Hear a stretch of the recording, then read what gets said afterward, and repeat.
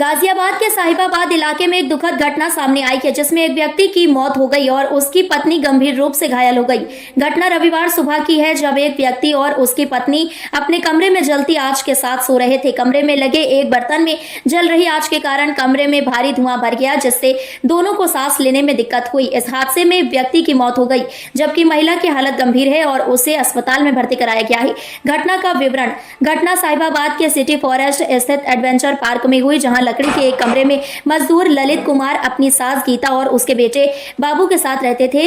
ललित कुमार और गीता दोनों सास बहू उस दिन भी सो रहे थे, जैसा कि वे आमतौर पर करते थे। इस दौरान ललित ने एक बर्तन में आंच जलाई और उसे कमरे में रख दिया। कमरे का दरवाजा बंद था और धुआं धीरे धीरे पूरे कमरे में भर गया, जिससे दोनों को सांस लेने में मुश्किल हुई।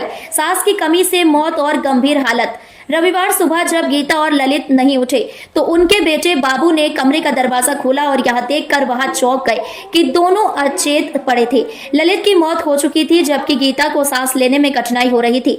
बाबू ने तुरंत गीता को जिला एमएमजी अस्पताल में भर्ती कराया, जहां उसकी हालत अभी भी गंभीर बनी हुई है। पुलिस जांच और हादसे की वजह। पुलिस के मुताबिक घटना की जानकारी मिलते ही पुलिस मौके पर पहुंची और जांच शुरू कर दी है। प्रारंभिक जांच में यह सामने आया है कि कमरे में जलते हुए बर्तन से निकलने वाली गैस और धुआं ही मौत का कारण बने। पुलिस यह भी कह रही है कि अगर आग और ज्यादा फैल जाती तो यह और भी बड़ा हादसा हो सकता था। आग से बचाव और सुरक्षा के उपाय। यह घटना यह दर्शाती है कि छोटे से लापरवाह कदम भी बड़े हादसे का कारण बन सकते हैं। अगर कमरे में उचित वेंटिलेशन की व्यवस्था होती तो शायद यह हादसा टल सकता था। विशेषज्ञों का कहना है कि ऐसी स्थितियों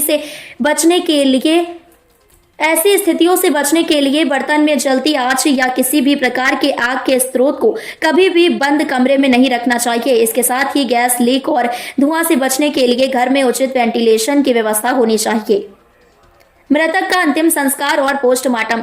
मृतक ललित कुमार का शव पोस्टमार्टम के बाद उसके परिवार वालों को सौंप दिया गया। पुलिस ने शव का पोस्टमार्टम करवा लिया है और इसकी रिपोर्ट का इंतजार किया जा रहा है। परिवार वाले इस हादसे से बेहद सदमे में हैं और उनके लिए यह एक अपूरणीय क्षति है।